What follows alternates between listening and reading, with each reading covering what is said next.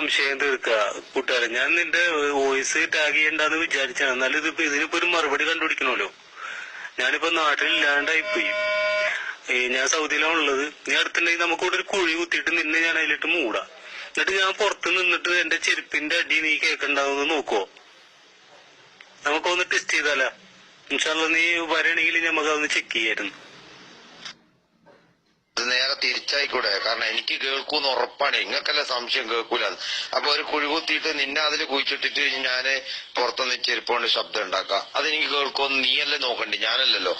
എനിക്കത് കേൾക്കൂന്ന് ഉറപ്പാന്നേ. കേൾക്കൂന്ന് സംശയമല്ല നിന്നല്ലേ പരീക്ഷിക്കണ്ടേ. ഉറപ്പുള്ള ഞാനാ പരീക്ഷിക്കുക? നല്ല കഥയായി. ഉറപ്പുള്ള എനിക്ക് പരീക്ഷിക്കേണ്ട ആവശ്യമില്ലല്ലോ. സംശയമല്ല നിനക്കല്ലേ പരീക്ഷിക്കേണ്ടത്.